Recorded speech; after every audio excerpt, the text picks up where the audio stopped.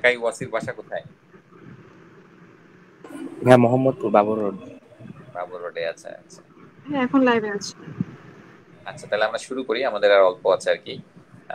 294টা আমরা একটু দেখি যে 18 বছরের একটা ফিমেল, তার রিকারেন্ট টনসিলাইটিস আর স্পন্টেনিয়াস স্কিন ব্রুজিং আছে, বাট কোনো লিম্ফাডেনোপ্যাথি নাই, স্প্লেনোমেগালি নাই। তাহলে কি ডায়াগনোসিস হবে? তার রিকারেন্ট ইনফেকশন আর হচ্ছে যে ব্লিডিং টেন্ডেন্সি, ব্লিডিং ডিসঅর্ডার। অ্যানিমিয়ার কথা উল্লেখ করে নাই, বাট ওরা উল্লেখ করে দিচ্ছে যে তার কোনো লিম্ফাডেনোপ্যাথি নাই, স্প্লেনোমেগালিও নাই। অ্যাপ্লাস্টিক। অ্যাপ্লাস্টিক অ্যানিমিয়া, কারণ এএমএল হলে, হজকিন হলে বা এইচআইভি হলে প্রত্যেকটাতেই হচ্ছে যে কি হইতো, মোটামুটি লিম্ফাডেনোপ্যাথি থাকতো অথবা স্প্লেনোমেগালি থাকতো, তাই না? আর অ্যাগ্রানুলোসাইটোসিস হলে তো ব্লিডিং হওয়ার কথা না, শুধু অ্যাগ্রানুলোসাইটোসিস হলে সেক্ষেত্রে তো শুধু রিকারেন্ট টনসিলাইটিস হতে পারে আর কি। এই কারণে এটা উত্তর হচ্ছে অ্যাপ্লাস্টিক অ্যানিমিয়া। আচ্ছা, পরে হচ্ছে যে মানে নিচের কোনটা ভালো prognostic factor for CA breast?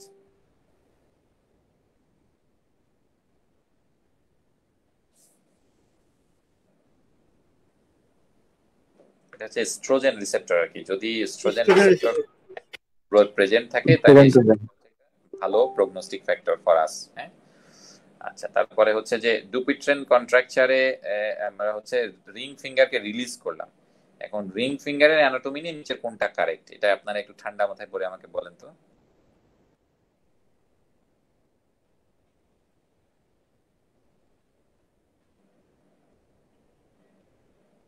has a cutaneous innervation from the radial nerve. তিনটাই সাপ্লাই দেয়, median, ruler, radial. Median, median, radial এবং আলনার তিনজনেরই কিন্তু সাপ্লাই আছে রিং ফিঙ্গারে, সুতরাং উত্তর হচ্ছে has a cutaneous innervation from the radial nerve. আচ্ছা, common iliac vein inferior vena কাভার সাথে জয়েন করে কোন লেভেলে? L5। নাম্বার 5। আর L4 এ হচ্ছে অ্যাওর্টা, তাই না, বাইফারকেট করে। আচ্ছা আচ্ছা, ফেশিয়াল নার্ভ ট্রানজেক্টেড হয়ে গেছে distal to the geniculate ganglion, তাহলে নিচের কোন ফাংশনটা থাকবে? ল্যাক্রিমেশন। ল্যাক্রিমেশন থাকবে।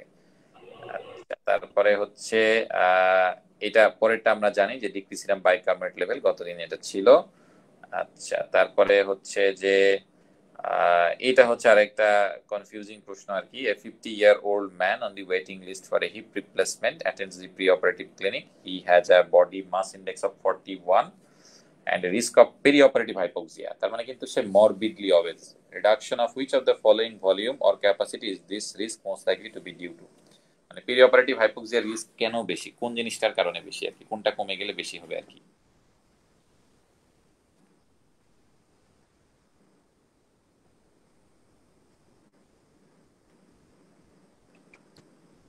মেইনলি হচ্ছে যে ইম্পর্টেন্ট হচ্ছে সব থেকে ভাইটাল ক্যাপাসিটিটা আর কি, যে টোটাল আমি একদম ফুল ফোর্সফুল এক্সপিরেশন থেকে শুরু করে ইন্সপিরেশন পর্যন্ত আমার কতটুকু এয়ার ইন অ্যান্ড আউট হচ্ছে, এটা হচ্ছে সব থেকে ইম্পর্টেন্ট ফ্যাক্টর। কারণ আমরা অপারেশনের পরে তো হচ্ছে রোগীকে যে ব্রিদিং এক্সারসাইজ করাই, সেটা কিন্তু আমরা এই ভাইটাল ক্যাপাসিটিতে ইমপ্রুভ করার জন্যই কিন্তু করাই। তো এই কারণে এক্ষেত্রে উত্তর হচ্ছে ই ভাইটাল ক্যাপাসিটি। ভাইটাল ক্যাপাসিটিটা আমাদের জন্য সব থেকে ইম্পর্টেন্ট। রেসিডুয়াল ক্যাপাসিটি কেন হবে না? হ্যাঁ ভাইয়া, ফাংশনাল রেসিডুয়াল ক্যাপাসিটি কেন হবে না? ফাংশনাল রেসিডুয়াল ক্যাপাসিটি কেন হবে না? ফাংশনাল রেসিডুয়াল ক্যাপাসিটির মধ্যে কোনটা কোনটা যোগ হচ্ছে?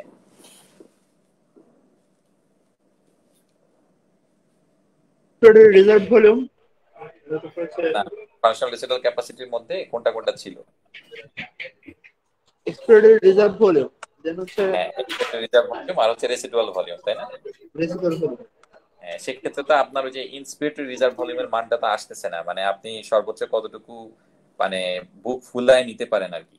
মেইন ব্যাপারটা হচ্ছে এখানে যে আমরা যখন হচ্ছে এক্সারসাইজ করাই আর কি, মানে যারা হচ্ছে মরবিডলি অবেস তাদের ক্ষেত্রে আমরা কি করাই, আমরা হচ্ছে যে রেসপিরোমিটার দিয়ে এক্সারসাইজ করাই না, মেডিসাইজার দিয়ে।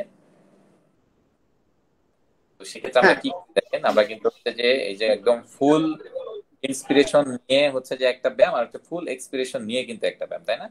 বল উঠাইতে বলি আর হচ্ছে যে টানতে বলি। তো ওইটা কিন্তু বেসিক্যালি আমরা ভাইটাল ক্যাপাসিটিটাই চেক করি আর কি। তো সেক্ষেত্রে হচ্ছে যে আপনি দেখেন যে বলছে যে পেরি অপারেটিভ যে হচ্ছে যে আমাদের হাইপোক্সিয়ার ব্যাপারটা আর কি। তো আমার যদি ইন্সপিরেটরি রিজার্ভ ভলিউম বেশি থাকে তাহলে কি হবে, আমার কিন্তু হচ্ছে যে হাইপোক্সিয়ার চান্সটাও কম হবে, তাই না? তো তো ফাংশনাল রেসিডুয়াল ক্যাপাসিটি কিন্তু আমরা এক্সপিরেটরি রিজার্ভ ভলিউমটা দেখতে পাচ্ছি, কিন্তু ইন্সপিরেটরি রিজার্ভ ভলিউমটা কিন্তু এই মানের মধ্যে আসছে না। হ্যাঁ, এই কারণে হচ্ছে যে ভাইটাল ক্যাপাসিটিটা হচ্ছে যে ইম্পর্টেন্ট ফাংশনাল রেসিডুয়াল ক্যাপাসিটি থেকে, যেহেতু তিনটা প্যারামিটারে আমি এখানে ইনক্লুড করতে পারছি এই কারণে। আচ্ছা, তো তারপরে আমরা পরেরটাতে চলে যাই। এটা আমরা জানি অলরেডি যে সেরেব্রাল অ্যাকুইডাক্ট অফ সিলভিয়াস, এটা আমরা পড়ে আসছি। পরেরটাও আমরা জানি ওই যে এক্সেসিভ ইন্ট্রাভেনাস ফ্লুইড অ্যাডমিনিস্ট্রেশনের কারণে যে সমস্যাটা হচ্ছে যে 6 লিটারের গ্লুকোজ ফ্লুইড। আচ্ছা, তারপরেরটা আমরা জানি যে ভার্টিব্রাল আর্টারি কোথায় আসে। আচ্ছা, তারপরেরটাও আমরা ডিসকাস করে আসছি যে এখানে আমরা মাল্টিপল অ্যাবনরমাল মাইটোটিক ফিগার পাবো ইন সেল। আচ্ছা, এইটা একটু দেখেন, সুন্দর একটা প্রশ্ন। 12 বছরের ওল্ড চাইল্ড ইমার্জেন্সি ডিপার্টমেন্টে আসছে আপনার কাছে, হ্যাভিং ইনহেলড এ পিনাট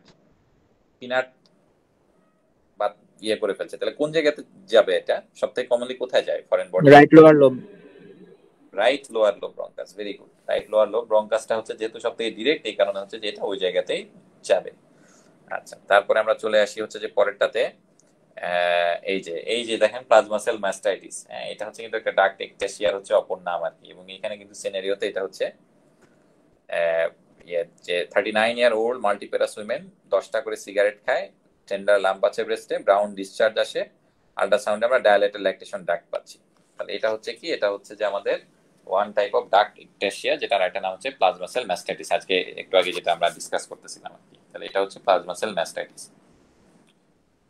আচ্ছা, হোমোনাইমাস হেমিয়ানোপিয়া টিউমার হচ্ছে প্যারাইটাল লেভেলে, প্যারাইটাল লোবে, তাহলে কোন জায়গাটা ইনভলভ হচ্ছে? অপটিক ক্যাজমা নাকি রেডিয়েশন? রেডিয়েশন। ক্যাজমাল বাইটেম্পোরাল হেমিয়ানোপিয়া। আচ্ছা ভাই, আরেকটা কোয়েশ্চেন, এই যে যদি হোমোনিমাস হেমিয়ানোপিয়া থাকে, অপশনে ট্র্যাক্ট আর রেডিয়েশন দুইটাই যদি থাকে, তাহলে মোস্ট অ্যাপ্রোপ্রিয়েট আমি কোনটা লাগাবো? হ্যাঁ, এটা একটা ব্যাপার আর কি। এই ক্ষেত্রে এটা হচ্ছে ইউজুয়ালি তো দুইটা সাধারণত একসাথে কখনো দেয় না আর কি। হ্যাঁ, তো যদি কারণ হচ্ছে যে ট্র্যাক্ট এবং মানে আমাদের যে রেডিয়েশন, দুইটার ক্ষেত্রে তো আমরা হোমোনাইমাস হেমিয়ানা পাবো, তাই না? সেক্ষেত্রে হোপফুলি হচ্ছে যে দুইটা একসাথে আমাদেরকে দিবে না আর কি। হ্যাঁ, কারণ দিলে তো আসলে কনফিউজিং যে কোনটা সিলেক্ট করা যায়। এটা আসলে কোনটা যে বেস্ট হবে এটা আসলে আমি এক্স্যাক্টলি বলতে পারছি না, এটা দেখতে হবে আর কি যে কোনটাকে বলা যায়। বাট যেহেতু দুইটা ক্ষেত্রে হোমোনাইমাস সেমিয়ানোপিয়া হয়, ওরা মনে হয় না এটা হচ্ছে যে একসাথে দুইটা দিবে। আর যেমন আজকে বলতেছিলাম আর কি ক্লাসের প্রথম দিকে, যেরকম সিনারিও কিন্তু আছে যেটাতে হচ্ছে যে ডাবল আনসার থাকে। তো এরকম ক্ষেত্রে যেটা হয় যে ওরা একটা আনসার যেটা থাকে ওইটা হচ্ছে যে ইউজুয়ালি দেয়, আর একটা আনসার কিন্তু ওমিট করে দেয়। ভিটামিন কে রিলেটেড একটা সিনারির ক্ষেত্রে বলছিলাম, তো হোপফুলি হয়তো এরকম করবে। আর যদি দুইটাই থাকে সেক্ষেত্রে আমি আসলে এক্স্যাক্টলি শিওর না যে ক্ষেত্রে আসলে কোনটা চুজ করা ঠিক হবে। তো আমি এটা দেখবো, দেখে যদি আমি কোনোটাই জানতে পারি আপনাদেরকে জানাই দিব আর কি। Thank you. অ্যাট্রিয়াল ডিপোলারাইজেশন, এটা আমরা জানি ইসিজি চেঞ্জ হচ্ছে পি ওয়েভ, এটা তো আমরা সবাই জানি। আচ্ছা, এইটা দেখেন, এটা একটা সুন্দর প্রশ্ন 309 ইসকেমিক হার্ট ডিজিজের রোগী atrial fibrillation, paralysis of right lower limb, তাহলে কোন আর্টেরিয়াল টেরিটরিটা ইনভলভ হবে?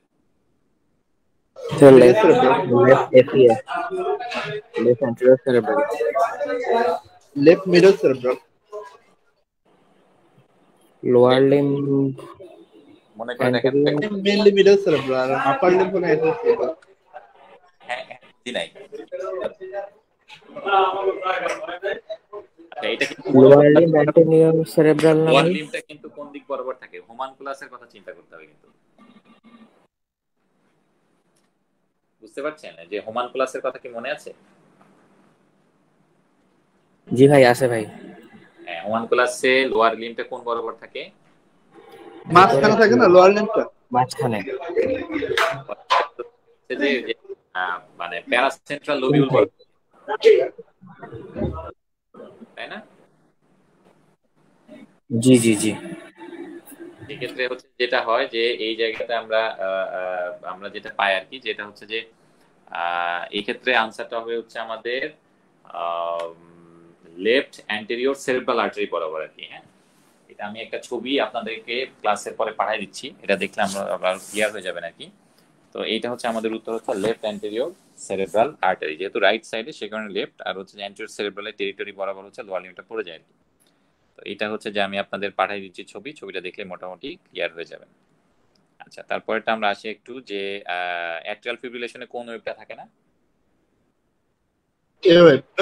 ওয়েভটা থাকে থাকে না। আচ্ছা, তারপরে এটা আমরা জানি মোটামুটি যে এটা হচ্ছে midway between anterosuperior iliac spine and the pubic symphysis. আর 312 যেটা, এটা কি? এটা হচ্ছে যে ইনসুলিন ডিপেন্ডেন্ট ডায়াবেটিস, ইয়ারে আসছে অ্যাবডোমিনাল পেইন এবং কনফিউশন নিয়ে। 3 দিন ধরে অ্যান্টিবায়োটিক দেওয়া হচ্ছে চেস্ট ইনফেকশনের জন্য, ক্রিয়েটিনিন রাইজিং, ব্লাড সুগার হচ্ছে 42 মিলিমল। তাহলে মোস্ট লাইকলি ইলেকট্রোলাইট অ্যাবনর্মালিটি কি হবে?